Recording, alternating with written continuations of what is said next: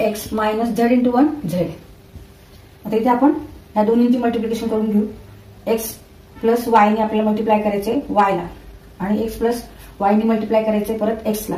तर हा इथे कंसाने मल्टिप्लाय करायचं, फक्त वायने मल्टिप्लाय करायचं नाहीये.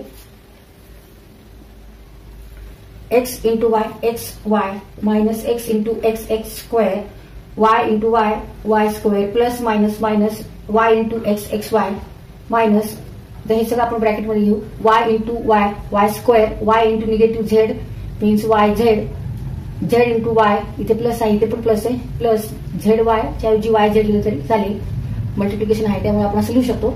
Z into Y means Y into Z.